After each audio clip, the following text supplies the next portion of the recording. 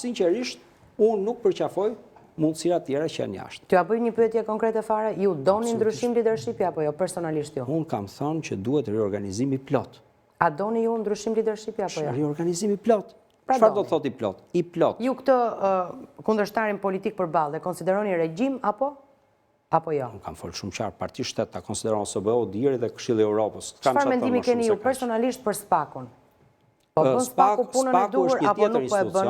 Dhe unë vazhdoj jam institucional. Se duhet kuptoj linjën tuaj tani, a është njësoj me linjën e partisë ku aderoni ju, e kemi thënë shumë herë në shumë vite. Jo, po mund të ndryshuar gjërat pas këtij takimi, prandaj dua ta kuptoj. Unë jam Ilir Elimemeti, ka vështirë të ndryshoj në këto parimet e mia. SPAK-u është një institucion.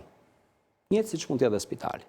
I përbëm nga njerëz, disa njerëz mund mos janë siç duhet, e disa njerëz janë siç duhet, dhe ka proceset brenda autokorrektimi. Dakor? Mendoj çdo institucion. E quani SPAK apo SKAP? Ju lutem, SPAK apo SKAP? Si e thashun. Dhe nëse këtu ka njerëz që nuk e bëjnë këtë punë siç duhen, duhet skarcu. Njëjtë si në spital. Po nuk më bie poshtë spitali mua. Se ndodhin 2-3 njerëz që s'bëjnë punën e duhur. Institucioni mbetet institucion. Për mua, unë jam institucionalist. Unë dëshiroj, pavarësisht se ky shteti jonë është kështu siç është, do dëshiroj një shtet konstitucional dhe institucional. Dhe këto dyja të jenë funksionale. Ndjes vetëm një moment, zoti Osmani. Nëse kjo arrihet, do ishte mrekulli. Faktikisht këto kene, ende s'janë arrit. Kjo është arsye pse na hik rinia neve. Okej.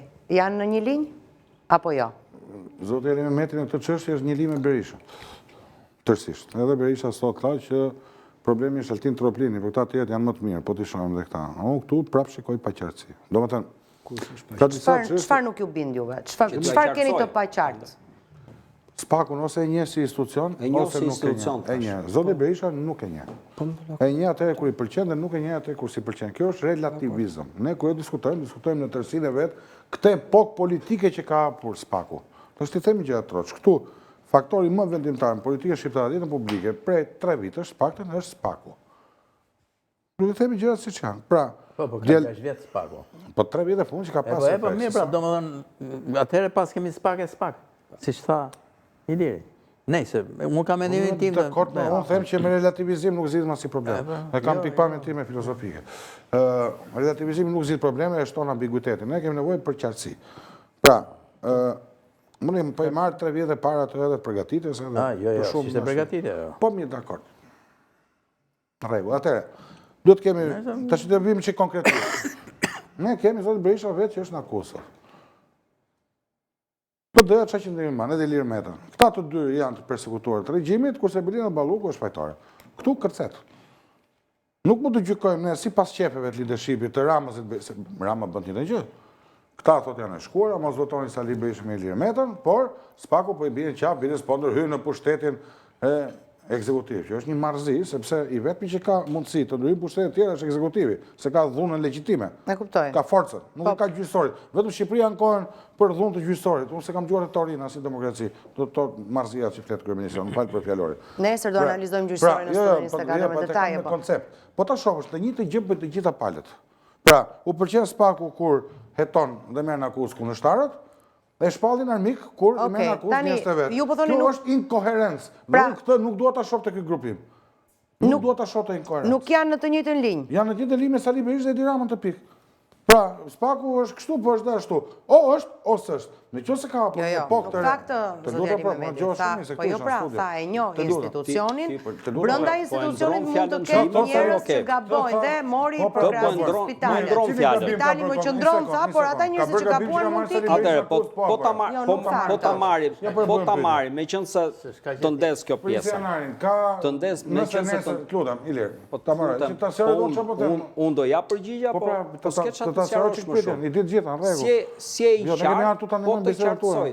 Unë jam i qartë, po shumë i qartë. Jam i qartë. Unë kam lindur i qartë, po tash nuk ishim këtu. Po të them këtë.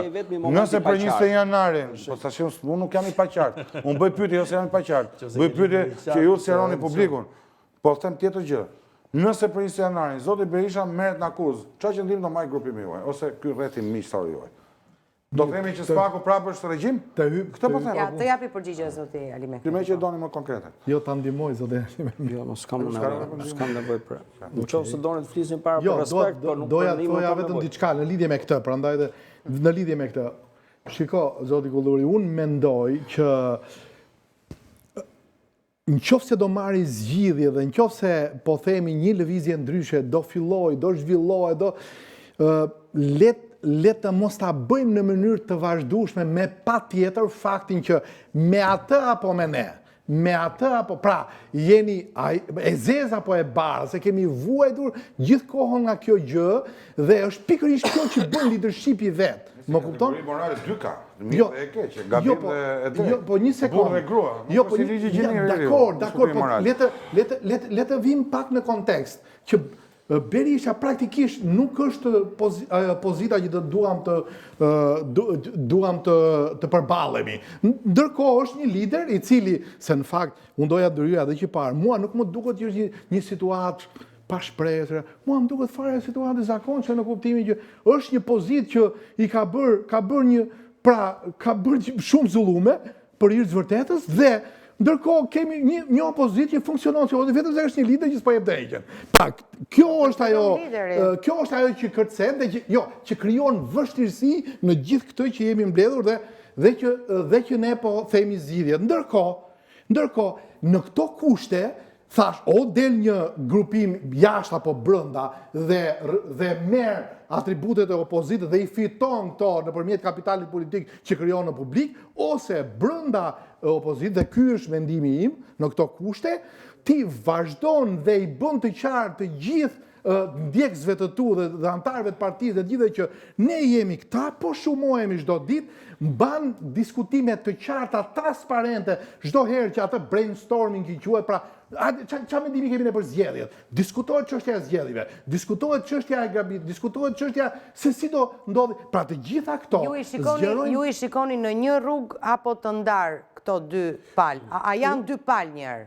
Jo, unë i shikoj dy palë, por nuk e shikoj që në këto kushte që janë, sepse qofse do më pyesje mua... Se tani sa kanë filluar? Jo, në këto kushte që e mendoj, si që po e kuptoj unë që këta po e bëjnë, unë e mendoj që dhe kështu zhvillohet, dhe kjo quhet të përmirësosh dhe të dalësh me anë të tezave të tua në mënyrë të vazhdueshme, me gjithë kapitalin që krijon brenda, prandaj solla dhe kopin, në të gjitha fushat dhe flet në çdo gjë dhe ban qëndrime rreth parë për pozitën, kundra pozitës, dhe ndërkohë gjatë kësaj rruge deri në pranverë, ti ke treguar publikut se kush është kapitali jot politik. Dhe në atë moment dhe Berisha mund të thotë, po, juve mund të keni vendin tuaj, edhe mund të zini vendin tim. Pra detyrohet.